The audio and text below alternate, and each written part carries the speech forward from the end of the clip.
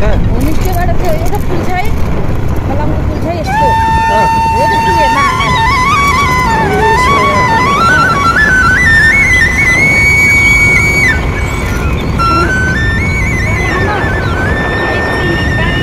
Hey guys,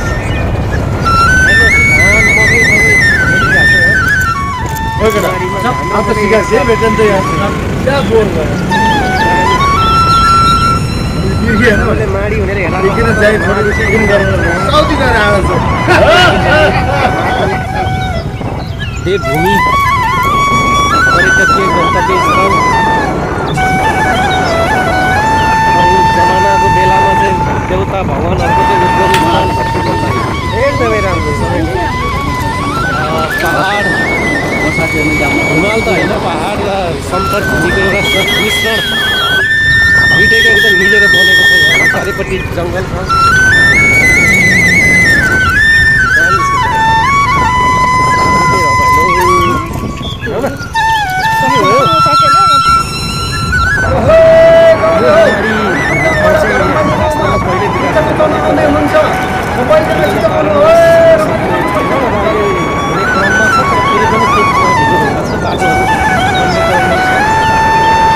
बारीको यो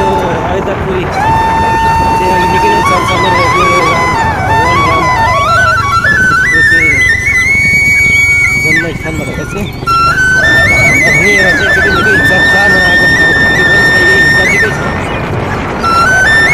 आयुधपुरी वास्तवमा भन्नुपर्दा चाहिँ त्यो साँच्चै हो कि जस्तो ठाउँ पनि छ सबै चिजको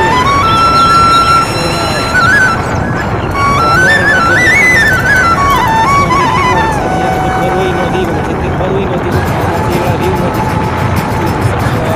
शालिग्राम छ यो ठाउँमा त्यो शालिग्राम पनि पाउँछ हाम्रो हाम्रो बैकुण्ठ धाम र पछि वाल्मिकी आश्रम पनि नजिकै छ त्रिवेणी एकदमै सबै देवी देवताहरूको चाहिँ उद्गम स्थलभन्दा फरक नपर्ला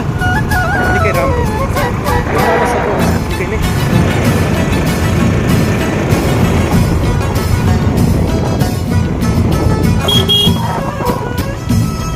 खै बाटो चाहिँ बन्ने क्रममा छ बिस्तारै बिस्तारै लिँदै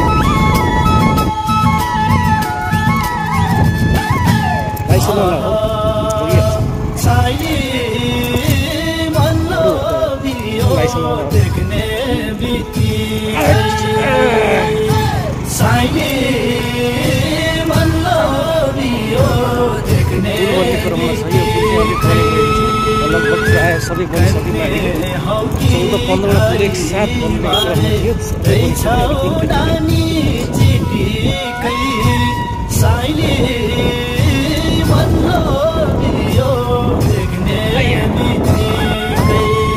यो खोलाको चाहिँ भयावह सक्छ नि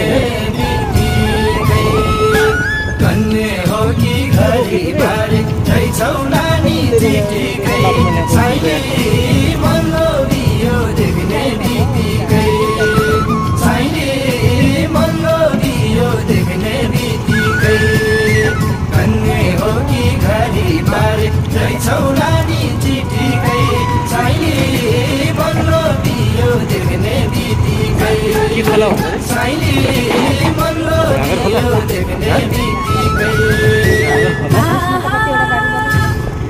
निकै गाडीहरू रोकाउनु पर्ने पहिला प्रश्नमा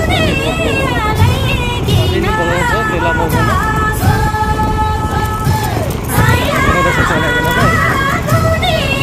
रामजीको मन्दिर भएको थियो हामी बिल्कुल अहिले चाहिँ एकदमै अयोध्यापुरी यो एकचोटि हाम्रो अहिलेको वर्तमान प्रधानमन्त्री ओली केपी शर्मा ओलीले चाहिँ घोष गर्नुभएको त्यो चाहिँ रामको चाहिँ मन्दिर यहीँनिर स्थापना गरेको देखिरहेको छ म दिदी घर जाँदैछु दिदी भेट्न चाहिँ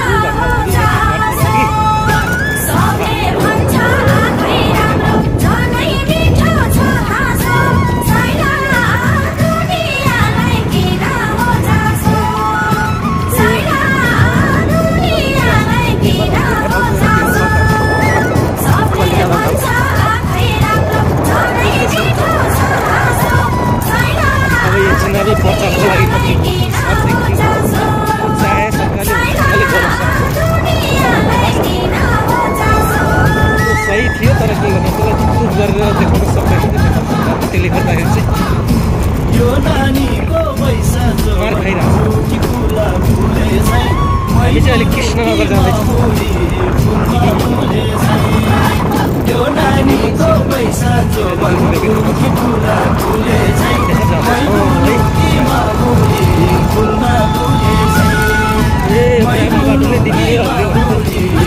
बाटोले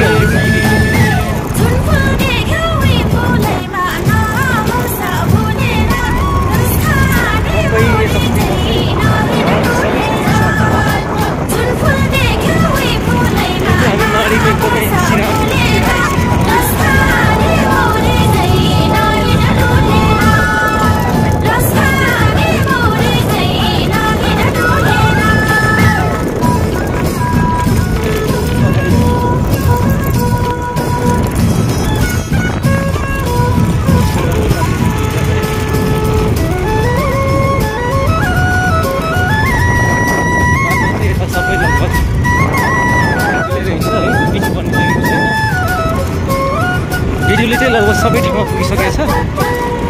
ग्राभेलिङ चाहिँ पिच चाहिँ भएको छैन ग्राभेलिङ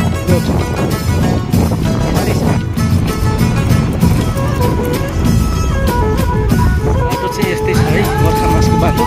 पिच बनिसकेको छैन त्यही भएर ठाउँ ठाउँमा ग्राभेलिङ त्यही यस्तो चाहिँ लडाइँ कटा भइरहेको छ जान्छ नडराउनु मारे खुट्टा टेकिसक्नु झर्नै पर्नु झर्ने हो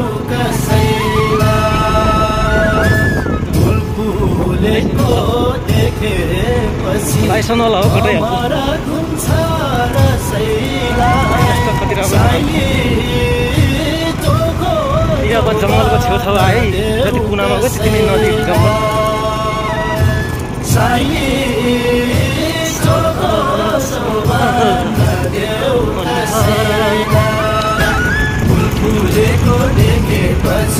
तपाईँहरूलाई चाहिँ मैले बसन्तपुरदेखि लिएर कृष्णनगरको चाहिँ टुर गराउँदैछु है हेर्नु होला बाटो यहाँ प्राय यहाँ बस्ने जनताहरू सबै निश्चय प्राय ग्रुपहरू साथसाथै यहाँ ब्राह्मण जनजाति दलित आदिवासी सबै जातिहरू चाहिँ त्यो चाहिँ एउटा मिलेर बसेको समाज छ त्यसैले यहाँ एकचोटि घुम्न परेको खोला चेपाङ बस्ती मुना बस्ती चाहिँ यहाँ तपाईँहरूले यहाँ सुन्नुभएको छ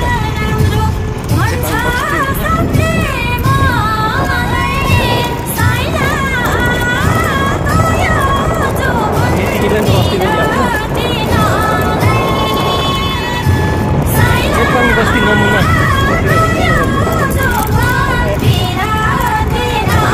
हेर्नु न कति रमाइलो छ पहाडतिर मधेसमा चितवनमा पनि यस्तो ठाउँ छ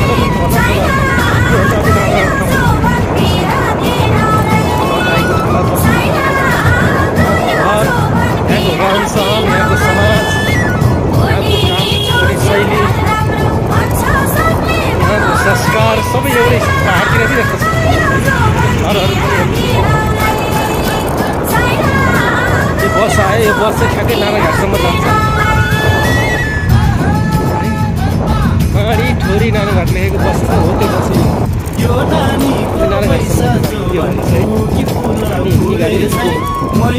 हेर्नुहोस् त कति राम्रो